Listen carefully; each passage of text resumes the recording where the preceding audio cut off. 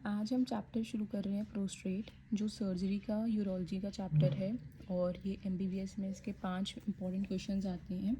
वो आता है एक तो पीएसए पे, प्रोस्टेट स्पेसिफिक एंटीजन पे, एक आता है ब्लैडर आउटलेट ऑब्स्ट्रक्शन पे, एक आता है बीपीएच पे, एक आता है कार्सिनोमा प्रोस्टेट पे, एक आता है टर्ट सिंड्रोम, जिसको टर्ट सिंड्रोम भी बोलते हैं। तो सबसे पहले प्रोस्टेट के बारे में इतना कुछ पढ़ना है तो हम प्रोस्टेट की एनाटॉमी पढ़ते हैं।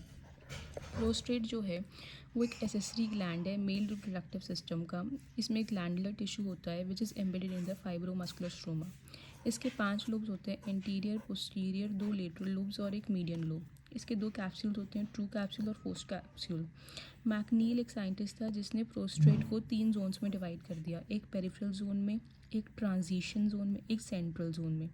जो पेरिफेरल जोन है प्रोस्टेट का, that is prone for carcinoma, ठीक है, पीसी से याद कर लो।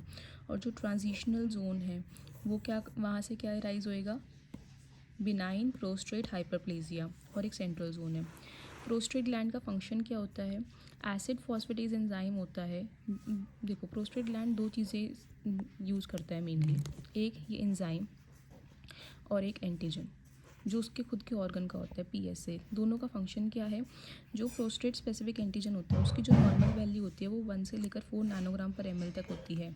अगर वो 10 नैनोग्राम पर एमएल से ज़्यादा है तो वो सिग्निफिकेंट बन जाती है। कैसे सिग्निफिकेंट बन जाती है, ये हम पूरी वीडियो होगी पीएसए पे, उसमें आप देखना। जनरली इतना ध्यान रखो कि कैंसर हो जाता है अगर 10 से ज़्यादा है तो, और अगर 35 से ज़्यादा है तो इसका मतलब उस कैंसर की मेटास्टेसिस भी हो गई है। तो एसिड फॉस्फेटेज एंजाइम जो है वो क्या होता है, वो प्रोस्टेट रिलीज़ करता है, यूरेथ्रा में जाता है प्रोस्टेटिक डक्ट्स की मदद से। और ये एंजाइम का लेवल जो है, so the blood levels of this enzyme remains low, तो ये ध्यान रखता है। अब हम शुरू कर रहे हैं prostate specific hyperplasia. Prostate specific hyperplasia क्या होता है, जो प्रोस्टेट ग्लैंड होता है उसका एनलार्जमेंट हो जाता है after 50 years, between 60 to 70 years. जो बिनाइन प्रोस्टेट हाइपरप्लेजिया होता है उसके पास दोनों चीज़ें होती हैं, ग्लैंडुलर एपिथेलियम भी होता है और कनेक्टिव टिश्यू स्ट्रोमा भी होता है। अब इटियोलॉजी में क्या है, due to the disturbance of the ratio and quantity of the circulating androgen and estrogen. जो बॉडी के अंदर 2 हार्मोन्स है, एक टेस्टोस्टेरोन है जिसको एंड्रोजन भी बोलते हैं मेल हार्मोन, और दूसरा है ईस्ट्रोजन। उनकी जो अमाउंट है उसमें डिस्टर्बेंस हो जाती है। तो होता क्या है, हाइपोथैलेमस है, हाइपोथैलेमस क्या रिलीज़ करेगा, LHRH, और वो क्या रिलीज़ करेगा, LHRH का मतलब होता है ल्यूटिनाइजिंग हार्मोन रिलीजिंग हार्मोन। अब वो एंटीरियर पिट्यूटरी पे जाएगा, वो क्या रिलीज़ करेगा, ल्यूटिनाइजिंग हार्मोन रिलीज़ करेगा। वो ल्यूटिनाइजिंग हार्मोन कहाँ पे जाएगा, टेस्टीज़ के अंदर जो लीडिंग सेल्स हैं उनको स्टिमुलेट कर देगा, जिसकी वजह से वो क्या सिक्रीट करेंगे, हार्मोन टेस्टोस्टेरोन। वो टेस्टोस्टेरोन कहाँ पहुँचेगा, प्रोस्टेट से।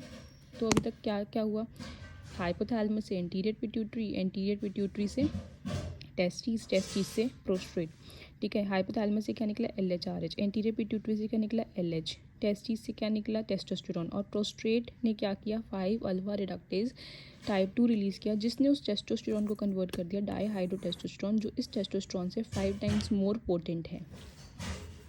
अब क्या होता है, विद एज के साथ साथ क्या होता है, जो टेस्टोस्टेरोन का लेवल होता है वो धीरे धीरे ड्रॉप कर जाता है, बट ईस्ट्रोजन का जो लेवल होता है वो टेस्टोस्टेरोन के लेवल के इक्वल नहीं बैठता। So prostate enlarges through intermediate peptide growth factor. Okay, तो टेस्टो यहाँ पर क्या है कि एज के साथ जो मेल हार्मोन है मेल के अंदर ही कम हो जाता है, बट जो ये तो कम हो रहा है टेस्टोस्टेरोन, लेकिन ईस्ट्रोजन जो है वो कम नहीं होता। जनरली क्या होता है, मेल में ईस्ट्रोजन भी होता है और टेस्टोस्टेरोन भी होता है, लेकिन जो डोमिनेंट हार्मोन होता है वो टेस्टोस्टेरोन होता है। बट जब ये डिजीज़ होती है बिनाइन प्रोस्टेट हाइपरप्लेजिया, तो टेस्टोस्टेरोन का अमाउंट धीरे धीरे करके कम होता रहता है, लेकिन ईस्ट्रोजन के अमाउंट पे कोई इफेक्ट नहीं आता। तो उससे क्या होता है, जो प्रोस्टेट होता है वो फूल जाता है, इन्फ्लेमेशन हो जाता है, उसकी हाइपरप्लेजिया हो जाता है with the help of intermediate peptide growth factor.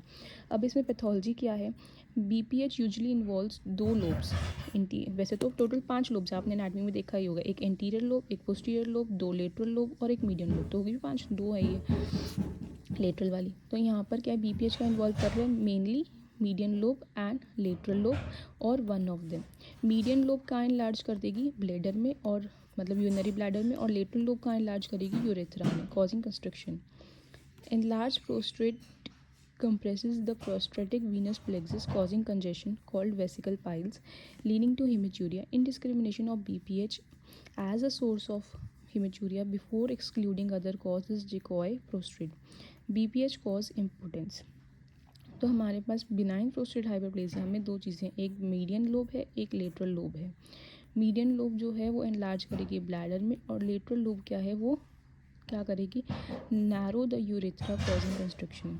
अब एनलार्ज हो गया प्रोस्टेट ग्लैंड, उसने क्या करना है, प्रोस्टेट वीनस प्लेक्सस को कंप्रेस कर देना है, causing congestion called vesicle piles, जो क्या करेगा, हिमेचूरिया कर सकता है.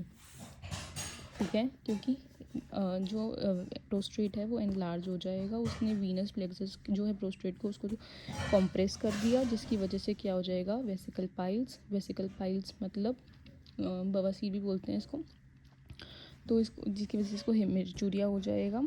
एंड इनडिस्क्रिमिनेशन ऑफ बीपीएच की हिमेचूरिया का मतलब होता है कि यूरिन में ब्लड आ रहा है. अब बीपीएच की वजह से यूरिन में ब्लड नहीं आ रहा, उस चीज़ को बोलते हैं decoy prostate. BPH causes impotence, ये इसकी पैथोलॉजी है. अब सबसे इंपॉर्टेंट चीज़ है LUTS यानी लोअर यूनिट ट्रैक्ट सिम्टम्स. अब इसमें सिम्टम्स ऑफ वॉइडिंग और symptoms of storage.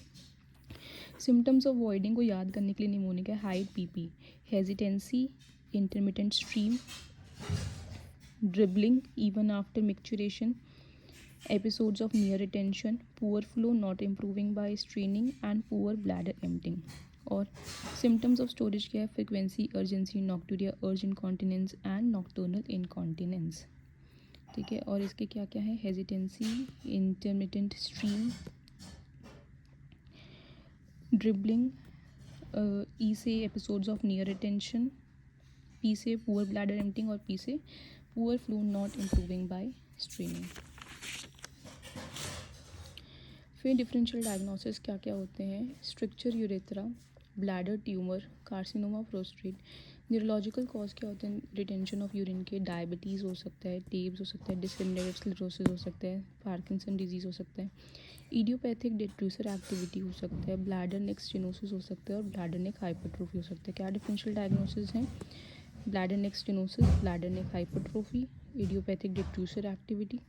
Neurological cause हो सकता है diabetes, tabes, disseminated sclerosis, Parkinson disease, bladder tumour, carcinoma prostate, या फिर स्ट्रक्चर यूरेथ्रा. इन्वेस्टिगेशंस में आप यूरिन का इन्वेस्टिगेशन करोगे for microscopy and culture, blood का इन्वेस्टिगेशन करोगे यूरिया का ब्लड में, और सीरम क्रिएटिनिन. अल्ट्रासाउंड करोगे एब्डोमेन का, जिससे आप ये चेक कर सकते हो कि रेसिडुअल यूरिन कितना प्रेजेंट है. यूरोडायनेमिक्स देख सकते हो, यूरोडायनेमिक्स जो होते हैं वो 10 से 15 तक है तो नॉर्मल है, अगर 10 से कम है तो वो लोकल है 10 ml पर सेकेंड से, और 15 ml पर सेकेंड से ज़्यादा है तो वो, अगर 15 से ज़्यादा है तो नॉर्मल है, अगर 10 से 15 में तो इक्विवोकल, और 10 से कम है 10 ml पर सेकेंड से तो वो लो है. सिस्टोस्कोपी करेंगे, TRUS करेंगे, trans rectal ultrasound. It is useful to find out the nodules of carcinoma prostate. It is not done routinely. Acid phosphatase, PSA, IBU to see this kidney function. Serum electrolytes. Management करेंगे, acute retention of urine or uremia. It requires urethral catheterization. If urethral catheterization fails, then suprapubic cystostomy is done. Medical management में आएगा alpha blocker, जिसमें आएगा prazosin, टैराजोसिन, टेम्यूसिलिन. 5 alpha reductase inhibitor में आएगा finasteride. Surgical treatment में आएगा, surgery कब कब करनी, जब प्रोस्टेटिज्म हो, एक्यूट रिटेंशन ऑफ यूरिन हो, क्रॉनिक रिटेंशन ऑफ यूरिन हो, कॉम्प्लिकेशंस हो जैसे hydroureter, hydronephrosis, stone formation, recurrent infection, bladder changes, haematuria, तब सर्जरी आएगी trans urethral resection of prostate. Trans urethral resection of prostate. TURP में क्या होता है, देयर इज़ कोई सुप्राप्यूबिक इंसिजन नहीं होता, ये मोस्ट कॉमन मेथड है. It is done using rectoscope. Recurrence can occur in large prostate. TURP syndrome हो सकता है. Post operative irrigation using glycine solution is needed for 12 hours. Faster recovery and early discharge is possible. Basically TURP syndrome क्या होता है वो को detail में बताएंगे. पोस्ट ऑपरेटिव कॉम्प्लिकेशंस क्या क्या हो सकती हैं, वाटर इंटॉक्सिकेशन विद CCF यानी congestive cardiac failure, hyponatremia, hemorrhage, infection, incontinence, perforation of bladder, or prostatic capsule, stricture urethra, retrograde ejaculation of importance and reoccurrence. Other surgeries में आएगा Freer's suprapubic transvesical prostatectomy, Billon's retropubic prostatectomy and Young's perineal prostatectomy. TURP surgery क्या होती है? Trans urethral resection of prostate में क्या होता है? Using cystoscope with fluid like glycine irrigating continuously, मतलब हम सिस्टोस्कोप यूज़ करते हैं, ग्लाइसिन फ्लूइड से उसको बार बार इरिगेट करते हैं, यानी उसे वेट करते हैं, तो हमें क्या दिख सकता है? एनलार्ज प्रोस्टेट दिखाई देने लग जाता है। सिस्टोस्कोप एक तरह का माइक्रोस्कोप है एंड फिर उसको हम रिसेक्ट कर देते हैं प्रोस्टेट को using a loop with hand control. Resection जो होती है वो हाई फ्रिक्वेंसी डायाथर्मिक करंट से होती है above the level of verumontanum. Surgery के बाद continuous bladder irrigation using normal saline is done using 3-week Foley's catheter. Antibiotics should be given. Catheter is removed within 72 hours. ठीक है, catheter को remove कर देते हैं विद इन 72 आवर्स और antibiotics जो है वो दी जाती है। टर्ब सिंड्रोम या टर्ब सिंड्रोम क्या होता है? इसको डाइल्यूशनल हाइपोनेट्रीमिया भी बोलते हैं या वाटर इंटॉक्सिकेशन भी बोलते हैं। जैसे ही सर्जरी प्रोसीड करती है वाटर मूव करता है हाइपोटोनिक से आइसोटोनिक में, यानी will move from urethra into the blood vessel 20 ml per minute। Approximate duration क्या है सर्जरी की? 50 मिनट्स है। अप्रॉक्सीमेटली 1 लीटर या फिर 1000 ml can move into the vascular compartment. Ideal height का इरिगेशन की 60 सेंटीमीटर। अगर ये हाइट 70 सेंटीमीटर तक हो जाए तो more fluid shift will happen. Before surgery क्या है? Volume sodium by blood volume. तो अब क्या होता है कि सोडियम की तो अनचेंज रहती है वॉल्यूम, लेकिन ब्लड की वॉल्यूम बढ़ जाती है लीडिंग टू डाइल्यूशनल हाइपोनेट्रीमिया। ओके, देखो ना, ये बढ़ रही है, ये अनचेंज है, तो क्या होगा?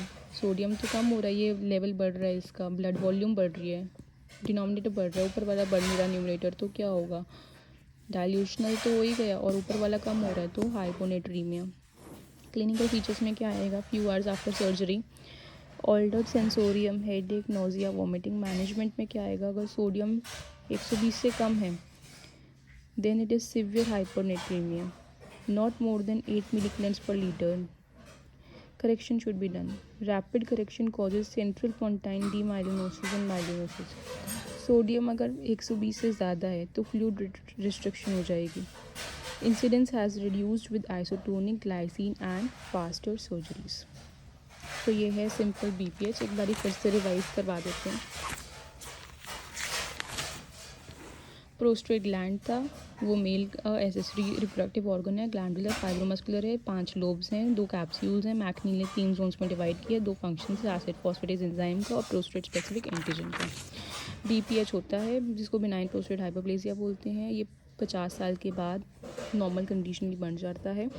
क्यों हो रहा है? इटियोलॉजी क्या है? हार्मोन में डिस्टर्बेंस है, टेस्टोस्टेरोन का लेवल बढ़ा दिया गया, लेकिन एज के साथ टेस्टोस्टेरोन कम हो गया, एस्ट्रोजन में कोई फ़र्क नहीं आया। पैथोलॉजी में क्या है कि प्रोस्टेट कॉज नहीं है हिमेचूरिया का, तो उसको डिकॉय प्रोस्टेट बोलते हैं। इंपॉर्टेंस हो जाती है MB, मीडियन लोब ब्लैडर में इनलार्ज हो रहा है, लेटरल लोब यूरेथ्रा में इनलार्ज हो रहा है, 2 लोब्स इन्वॉल्व हैं। LUTS के फंक्शंस, क्लिनिकल फीचर्स हैं।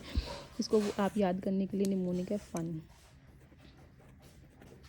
फ्रीक्वेंसी अर्जेंसी नॉक्टूरिया और इसका है height PP, hesitancy, intermittent flow, stream, dribbling, इससे episodes of near retention, poor flow and poor bladder empty.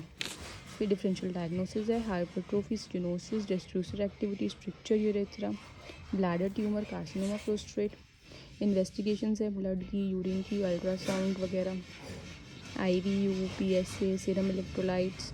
Management है कैथेटर लगा दो, नहीं हो रहा तो सुप्राप्यूबिक सिस्टोस्टोमी कर दो। मेडिकल मैनेजमेंट है अल्फा ब्लॉकर दो, prazosin, terazosin, tamsulosin, 5 alpha reductase inhibitor दो, फिनेस्ट्राइड।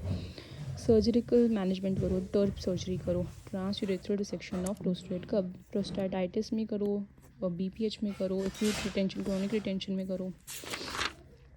तो क्या होता है वो बता दिया है। और कौन सी सर्जरीज होती हैं? Prostatectomy, Freyer's suprapubic transvesical prostatectomy, Millin's retropubic prostatectomy and Young's perineal prostatectomy. Prostatectomy में क्या है? सोडियम का रोल है, बेसिकली कम हो जाता है, डाइल्यूशनल हाइपोनेट्रीमिया हो जाता है उसमें।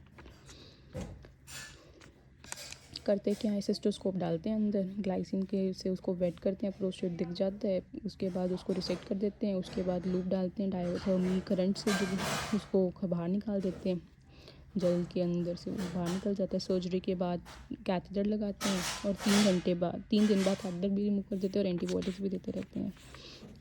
अब टर्प सिंड्रोम क्या होता है, जो टर्प सर्जरी की वजह से हो जाता है, उसमें ये टर्प सर्जरी थी। टर्प सिंड्रोम में क्या हो जाता है, डाइल्यूशनल हाइपोनेट्री में कैसे हुआ, सोडियम ऊपर ब्लड का और नीचे क्या है, ब्लड वॉल्यूम, ठीक है। यहाँ पे है बिफोर सर्जरी। तो आफ्टर सर्जरी क्या होता है, हमने ब्लड तो डाला ही होता है, हम पानी डाल रहे हैं हाइपोटोनिक बनाने के लिए, तो डाइल्यूशन हाइपोनेट्री में हो जाता है। वाटर जो है वो उसकी स्पीड कितनी है, 20 ml पर मिनट, सर्जरी की ड्यूरेशन 50 मिनट्स है, 1 लीटर जाता है वो। आइडियल हाइट के 60 सेंटीमीटर, लेकिन अगर वो 70 सेंटीमीटर तक चला जाए तो क्या होता है, मोर फ्लूइड ज़्यादा जाएगा। मोर फ्लूइड आने की वजह से ये सब होता है। और उसके आपको मैनेजमेंट बता दी, कैसे मैनेजमेंट करना है। अगर सोडियम का लेवल देखना है 120 से कम है तो उसे बढ़ाने की कोशिश करनी है, लेकिन 8 से ज़्यादा नहीं बढ़ाना, अदरवाइज़ ब्रेन में प्रॉब्लम हो जाएगी। That's it. Thank you for seeing this lesson.